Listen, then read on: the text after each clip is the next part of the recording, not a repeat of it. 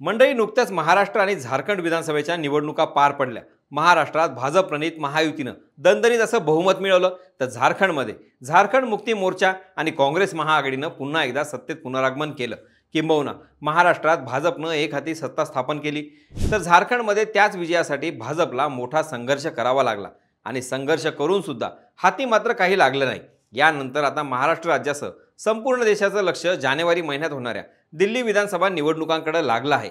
देशाची राजधानी आणि राजकारणाचं द्वार असलेल्या दिल्लीची सत्ता काबीज करण्यासाठी सर्वच पक्षांनी आता कंबर कसली आहे। सध्या तरी यात आम आदमी पक्षानं आघाडी घेतल्याचं दिसून येतं। त्यांनी अनेक ठिकाणी आपल्या उमेदवारांची घोषणाही केली आहे, तर काँग्रेस आणि भाजप मात्र वेट अँड वॉचच्या भूमिकेत असल्याचं दिसतंय।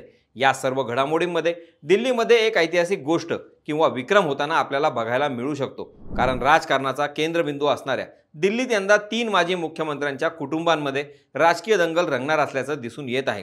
आता ही 3 कुटुंब कोणती आहेत आणि त्यांच्यात कशा प्रकारे राजकीय दंगल होणार आणि कशी असेल दिल्ली विधानसभेची निवडणूक, हेच आपण आज या व्हिडिओच्या माध्यमातून जाणून घेणार आहोत। नमस्कार, मी स्वप्नील आणि आपण पाहतात त्याचं काय महाराष्ट्र। तर मंडळी, संसदेचं हिवाळी अधिवेशन संपताच आता दिल्ली विधानसभा निवडणुकीच्या हालचालींना वेग आलाय। दिल्ली विधानसभा निवडणुकीवरून राजकीय वातावरण तापलं आहे। 11 वर्षांपासून दिल्लीतील सत्तेतून हद्दपार झालेली काँग्रेस 2025च्या विधानसभा निवडणुकीत अरविंद केजरीवाल यांना वॉक ओव्हर देण्याच्या मनस्थितीत नाही। त्यामुळे दिल्लीत भाजप किंवा इतर कोणाचीही सत्ता येण्यापेक्षा आपला गमावलेला जनाधार पुन्हा मिळवण्याची काळजी काँग्रेसनं आता घ्यायला सुरुवात केली आहे, हे त्यांच्या हालचालींवरून स्पष्ट होत आहे। अशा परिस्थितीत काँग्रेसनं एकापाठोपाठ एक असे जोरदार पावलं उचलत आम आदमी पक्षाविरोधात उघडपणे आघाडी घेतली आहे, तर दुसरीकडे भाजपनं सुद्धा दिल्ली आपल्या ताब्यात घेण्यासाठी डाव टाकण्यास सुरुवात केली आहे। या निवडणुकीसाठी तुर्तास भाजपनं उमेदवार जाहीर केले नसले तरी दिल्लीचे माजी मुख्यमंत्री अरविंद केजरीवाल यांच्या विरोधात नवी दिल्ली मतदारसंघातून प्रवेश वर्मा यांना मैदानात उतरवलं जाणार असल्याची चर्चा रंगत आहे। आता प्रवेश वर्मा यांच्याबद्दल बोलायचं झाल्यास तर प्रवेश वर्मा हे दिल्लीचे माजी मुख्यमंत्री स्वर्गीय साहेब सिंग वर्मा यांचे चिरंजीव आहेत। प्रवेश वर्मा हे भाजपचे माजी खासदार आहेत। ते याआधी 2दा दिल्लीतून संसदेत गेलेले आहेत। 2009 मध्ये प्रवेश शर्मा यांनी पश्चिम दिल्लीमधून लोकसभेची तयारी केली होती, मात्र त्यांना तिकीट मिळालं नाही। त्यानंतर 2013 मध्ये त्यांनी दिल्लीच्या महरौली इथून विधानसभा निवडणूक लढवली आणि जिंकली सुद्धा। त्यानंतर 2014 मध्ये भाजपनं पश्चिम दिल्लीमधून लोकसभेच्या रिंगणात त्यांना उतरवलं आणि ते पहिल्यांदा लोकसभेत पोहोचले। प्रवेश वर्मा यांची दिल्ली पश्चिममध्ये बरीच ताकद आहे। पश्चिम दिल्ली भागात पंजाबी, शीख, जाट आणि पूर्वांचली लोकांची संख्या अधिक आहे। याशिवाय या भागात प्रवेश वर्मा यांना अकाली दलाचे समर्थन आहे। त्यामुळे प्रवेश वर्मा हेच इथल्या विरोधकांना कडवी टक्कर देऊ शकतात असं बोललं जात आहे। त्यामुळे माजी मुख्यमंत्री केजरीवाल यांच्या विरोधात भाजपनेही माजी मुख्यमंत्र्यांच्या सुपुत्राला मैदानात उतरवून तगडं आव्हान दिल्याचं बोललं जात आहे। तसंच याच मतदारसंघातून काँग्रेसने सुद्धा संदीप दीक्षित यांना उमेदवारी दिली आहे। संदीप दीक्षित हे सुद्धा काँग्रेसच्या दिग्गज माजी उपमुख्यमंत्री स्वर्गीय शीला दीक्षित यांचे सुपुत्र आहेत। शीला दीक्षित या नवी दिल्ली मतदारसंघातून 3 वेळा आमदार राहिले आहेत आणि संदीप दीक्षित 2 वेळा दिल्लीतून लोकसभेचे खासदार देखील राहिलेले आहेत।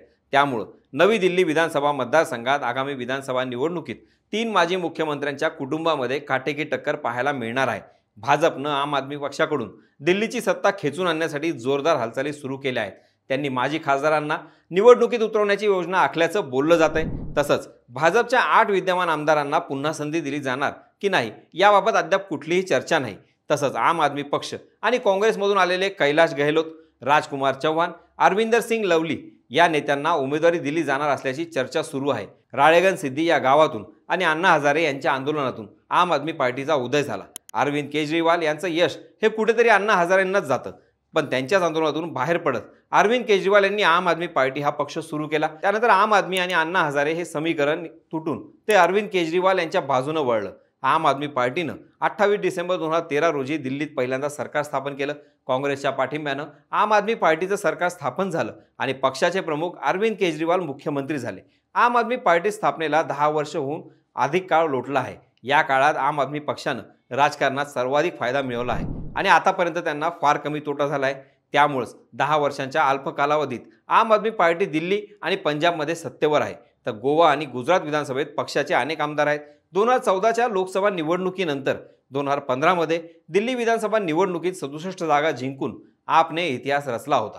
मात्र दिल्लीतील कथित मद्य धोरण घोटाळ्यात मुख्यमंत्री अरविंद केजरीवाल यांचं नाव समोर आलं। या प्रकरणी 21 मार्चला केजरीवाल यांना अटक करण्यात आली होती। त्यानंतर 13 सप्टेंबरला न्यायालयानं त्यांना जामीन दिला होता. त्यानंतर अरविंद केजरीवाल यांनी दिल्लीच्या मुख्यमंत्री पदाचा राजीनामा दिला आणि आतिशी हे दिल्लीचे नवे मुख्यमंत्री झाले. परंतु अरविंद केजरीवाल यांची तुरुंगवारी झाल्यानंतर दिल्लीत आम आदमी पार्टीला गळती लागली आहे. त्यांची क्रेझसुद्धा आता दिल्लीत दिसून येत नाही.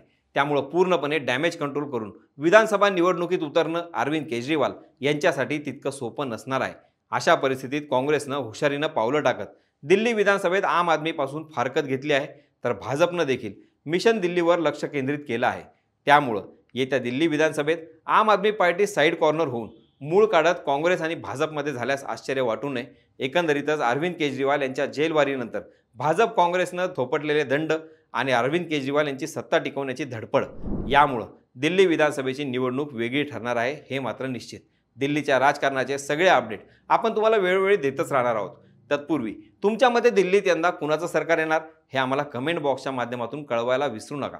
बाकी राजकारणाच्या आखाड्यात आपली नजर कायमच असणार आहे, तेव्हा कुठेही जाऊ नका. पाहत राहा, सबस्क्राईब करा. त्याचं